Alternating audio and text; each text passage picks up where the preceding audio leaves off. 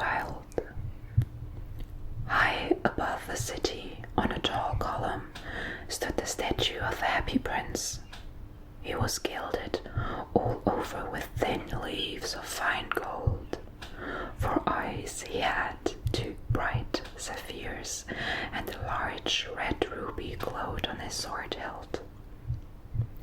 He was very much admired indeed. "He is beautiful as a weathercock," remarked one of the town councillors, who wished to gain a reputation for having artistic tastes. "Only not quite so useful," he added, fearing lest people should think him unpractical, which he really was not. "Why can't you be like the Happy Prince?" asked the sensible mother of her little boy who was crying for the moon. "The Happy Prince never dreams of crying for anything." "I am glad there is someone in the world who's quite happy," muttered a disappointed man as he gazed at the wonderful statue. "He looks just like an angel," said the charity children as they came out of the cathedral in their bright scarlet cloaks and their clean white pinafores. "How do you know?" said the mathematical master. "You have never seen one." "Ah, but we have, in our dreams," answered the children. And the mathematical master frowned and looked very severe, for he did not approve of children dreaming.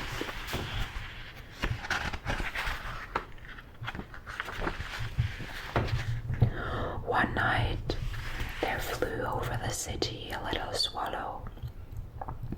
His friends had gone away to Egypt since weeks before, but he had stayed behind, for he was in love with the most beautiful reed. He had met her early in the spring as he was flying down the river after a big yellow moth, and had been so attracted by her slender waist that he had stopped to talk to her. "Shall I love you?" said the swallow, who liked to come to the point at once, and the reed made him a low bow. So he flew round and round her, touching the water with his wings and making silver ripples. This was his courtship, and it lasted all through the summer. "It is a ridiculous attachment," twittered the other swallows. "She has no money and far too many relations, and indeed the river was quite full of reeds." Then, when the autumn came, they all flew away. After they had gone, he felt lonely and began to tire of his lady love. "She has no conversation," he said, "and I am afraid that she is a coquette, for she is always flirting with the wind." And certainly, whenever the wind blew, the reed made the most graceful curtsies. "I admit that she is domestic," he continued, "but I love traveling, and my wife consequently should love traveling also." "Will you come away with me?" he said finally to her, but the reed shook her head. She was so attached to her home. "You have been traveling with me," he cried. "I am off to the pyramids. Goodbye," and he flew away. All day long he flew, and at night time he arrived at the city. "Where shall I put up?" he said. "I hope the town has made preparations."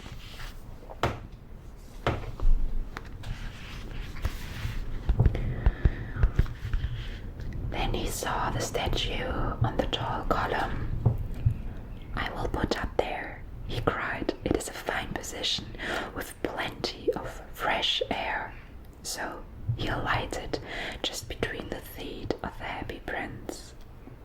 "I have a golden bedroom," he said softly to himself as he looked round, and he prepared to go to sleep. But just as he was putting his head under his wing, a large drop of water fell on him. "What a curious thing!" he cried. "There There's not a single cloud in the sky. The stars are quite clear and bright, and yet it is raining. The climate in the north of Europe is really dreadful. The reed used to like the rain, but that was merely her selfishness. Then another drop fell. What is the use of a statue if it cannot keep the rain off, he said. I must look for a good chimney pot, and he determined to fly away. But before he had opened his wings, a third drop fell, and he looked up and saw, what did he see? The eyes of the happy prince were filled with tears, and tears were running down his golden cheeks. His face was so beautiful in the moonlight that the little swallow was filled with pity. Who are you? He said. I am the happy prince. Why are you weeping then? Asked the swallow. You have quite drenched me. When I was alive and had a human heart, answered the statue, I did not know what tears were, for I lived in the palace of Sanssouci, where sorrow is not allowed to enter. In the daytime I played with my companions, and in the garden and in the evening I led the dance in the great hall. Round the garden ran a very lofty wall, but I never cared to ask what lay beyond it. Everything about me was so beautiful.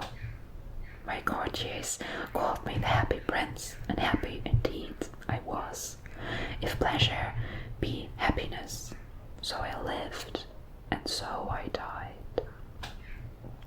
And now that I am dead, they have set me up here so high that I can see all the ugliness and all the misery of my city. And though my heart is made of lead, yet I cannot choose but weep.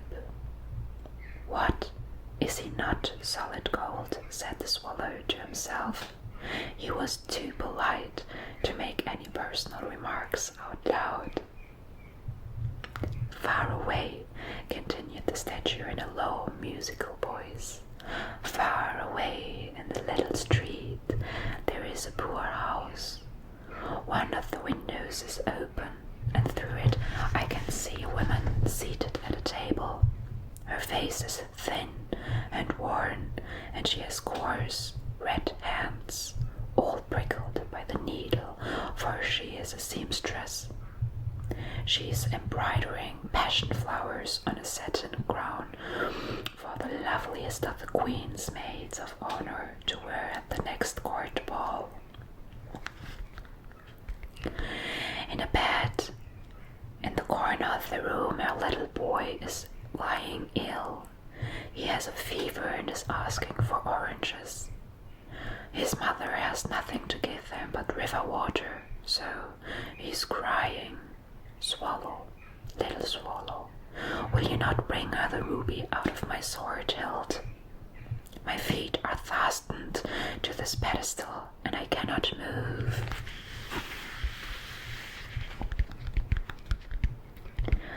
I am waited for in Egypt, said the swallow.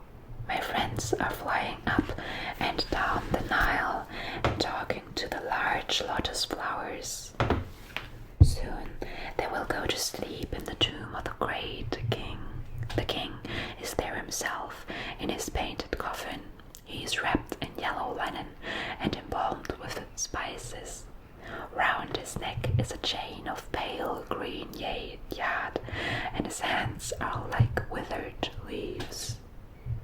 Swallow, swallow, little swallow, said the prince, will you not stay with me for one night and be my messenger? The boy is so thirsty, and the mother so sad.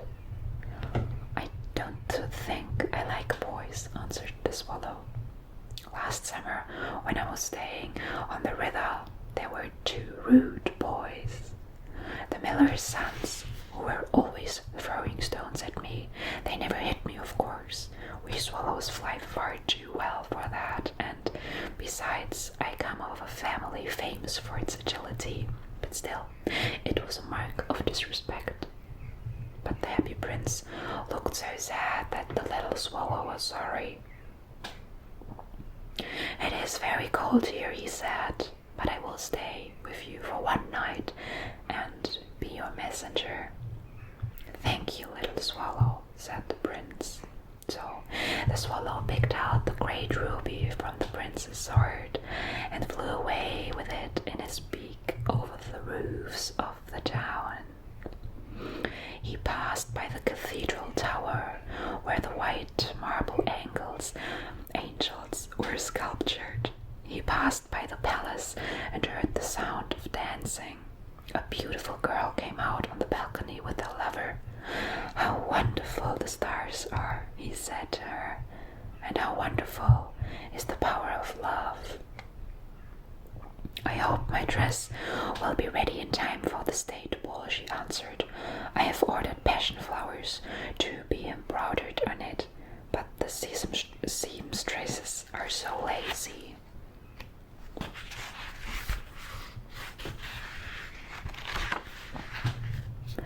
He passed over the river and saw the lanterns hanging from the masts of the ships. He passed over the ghetto and saw the old Jews bargaining with each other and weighing out money in copper scales. At last he came to the poor house and looked in. The boy was tossing feverishly on his bed, and the mother had fallen asleep. She was so tired. In he hopped and laid the great ruby on the table beside the woman's thimble. Then he flew gently round the bed, fanning the boy's forehead with his wings. "How cool I feel," said the boy. "I must be getting better." And he sank into a delicious slumber. Then the swallow flew back to the happy prince and told him what he had done.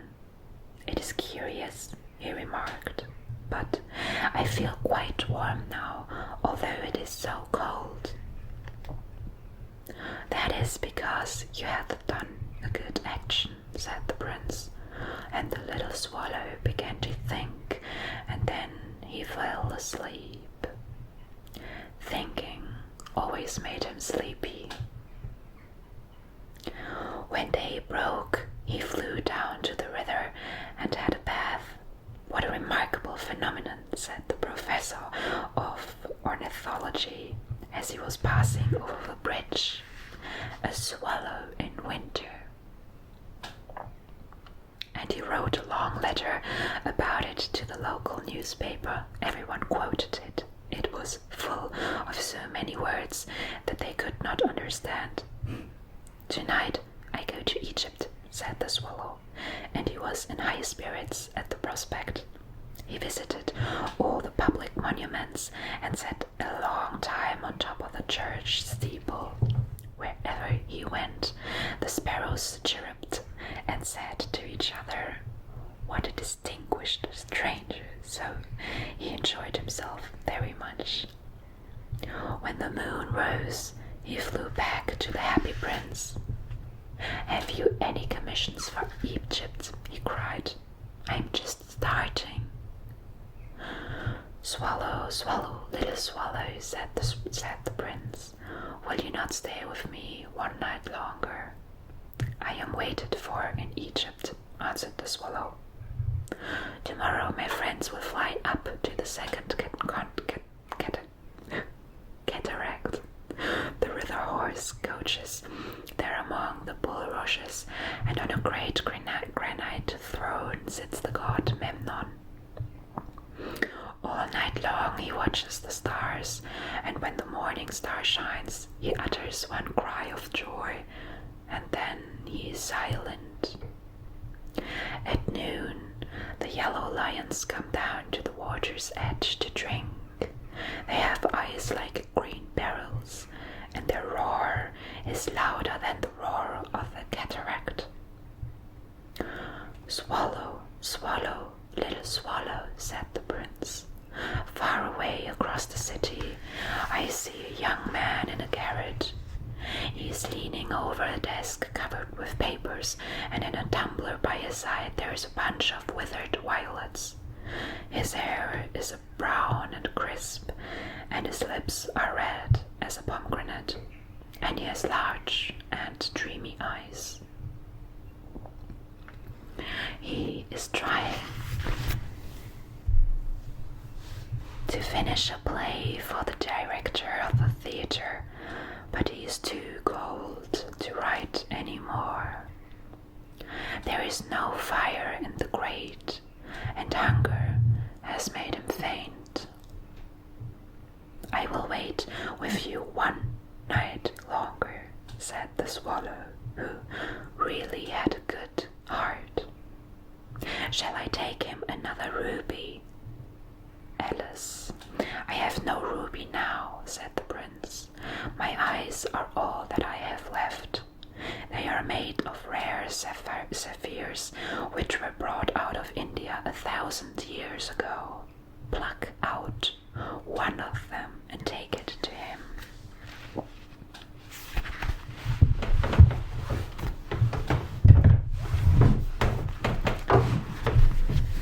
He will sell it to the jeweler and buy firewood and finish his play. Dear prince, said the swallow, I cannot do that, and he began to weep. Swallow, swallow, little swallow, said the prince, do as I command you. So the swallow plucked out the prince's eye and flew away to the student's garret. It was easy enough to get in, as there was a hole in the roof. Through this he darted and came into the room. The young man had his head buried in his hands, so he did not hear the flutter of the bird's wings, and when he looked up, he found the beautiful sapphire lying on the withered violets. I am beginning to be appreciated, he cried. This is from some great admirer. Now I can finish my play, and he looked quite happy. The next day the swallow flew down to the harbor. He sat on the mast of a large vessel and watched the sailors hauling big chests out of the hold with ropes. Heave ahoy, they shouted as each chest came up. I am going to Egypt, cried the swallow, but nobody minded. And when the moon rose, he flew back to the happy prince. I am come to bid you goodbye, he cried. Swallow, swallow, little swallow, said the prince. Will you not stay with me one night longer? It is winter, answered the swallow, and the chill snow will soon be here. In Egypt the sun is warm on the green palm trees, and the crocodiles lie in the mud and look lazily about them. My companions are building a nest in the temple of ℒℴ𝓋℠, and the pink and white doves are watching them and cooing to each other. Dear prince, I must leave you, but I will never forget you, and next spring I will bring you back 2 beautiful jewels in place of those you have given away. The ruby shall be redder than red rose, and the sapphire shall be as blue as the great sea. In the square below, said the happy prince, there stands a little match girl. She has let her matches fall in the gutter, and they are spoiled. Her father will beat her if she does not bring home some money, and she is crying. She has no shoes or stockings, and her little head is bare. Pluck out my other eye and give it to her, and her father will not beat her. I will stay with you one night longer, said the swallow, but I cannot pluck out your eye. You would be quite blind then. Swallow, swallow, little swallow, said the prince, do as I command you. So he plucked out the prince's other's eye and darted down with it. He swooped past the match girl and slipped the jewel into the palm of her hand. cried the little girl, and she ran home, laughing. Then the swallow came back to the prince. "You are blind now," he said, "so I will stay with you always." "No, little swallow," said the poor prince, "you must go away to Egypt." "I will stay with you always," said the swallow, and he slept at the prince's feet.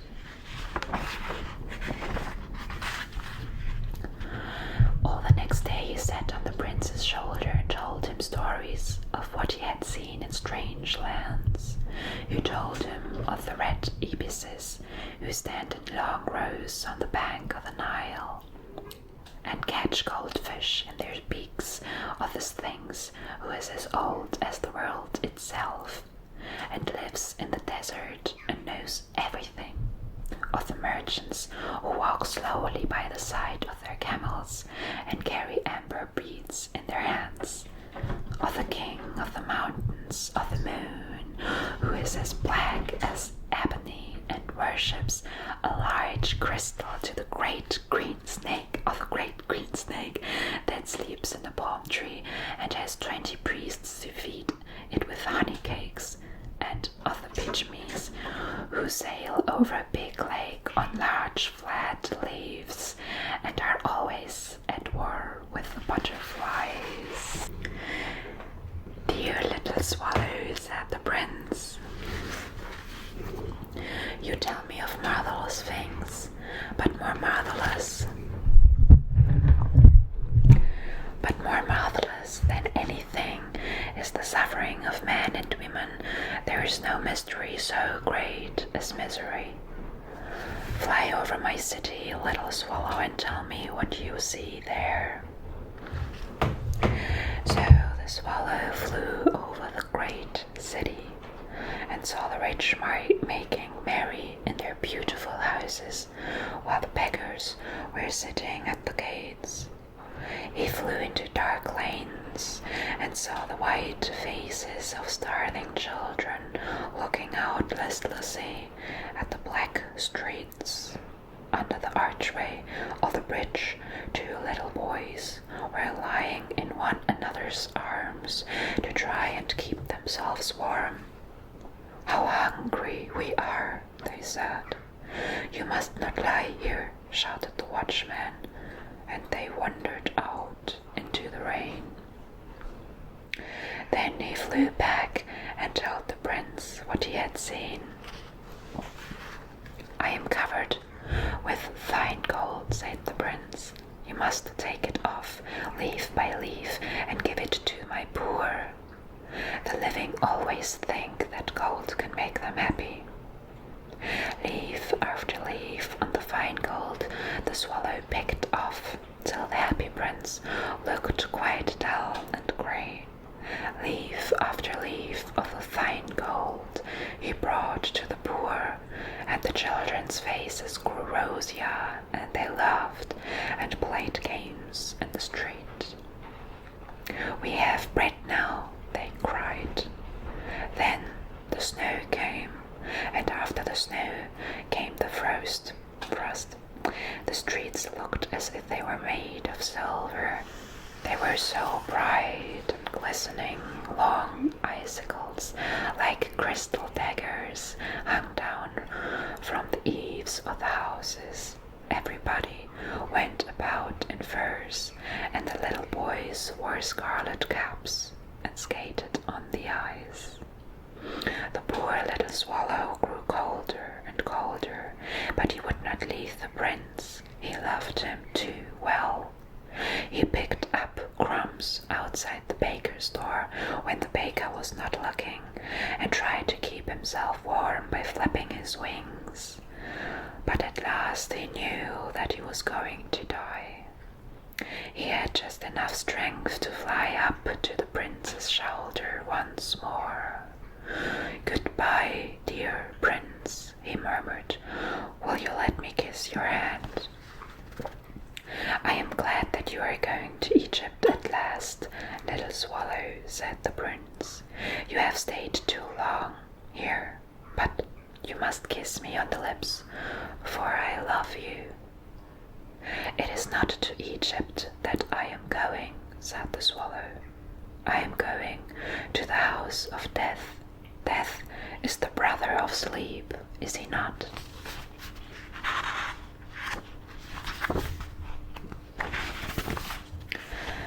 And he kissed the happy prince on the lips and fell down dead at his feet.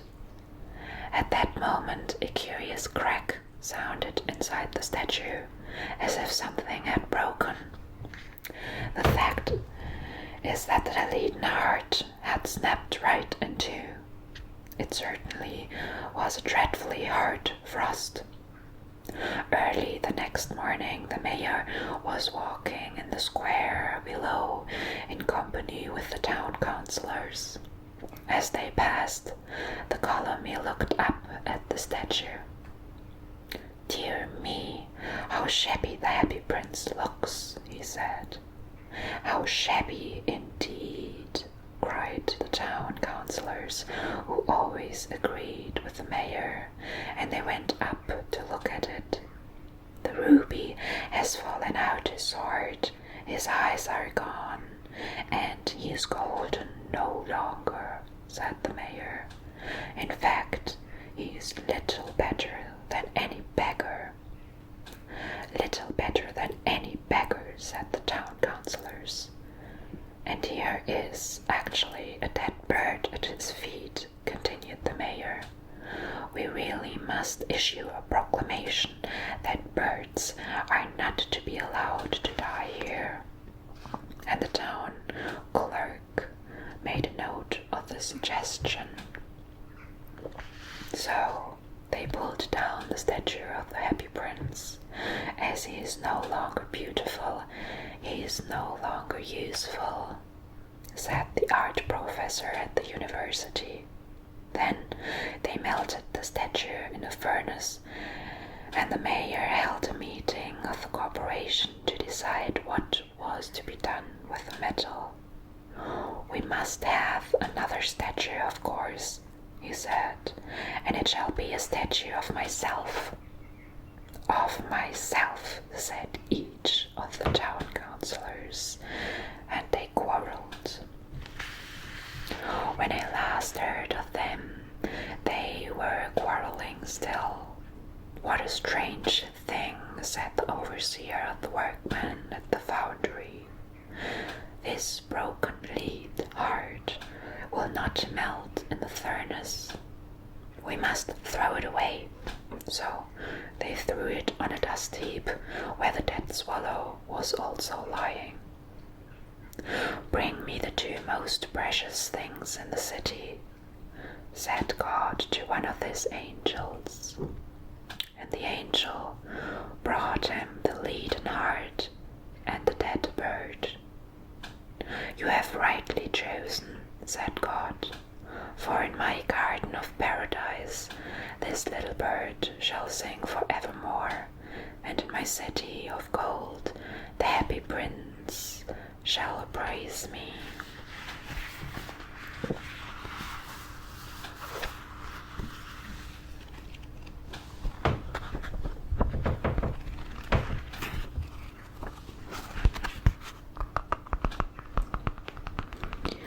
I hope you enjoyed this story,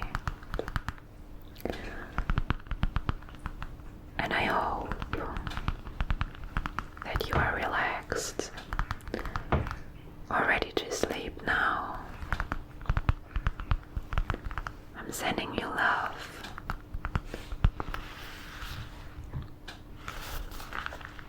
Take care of yourself. Bye.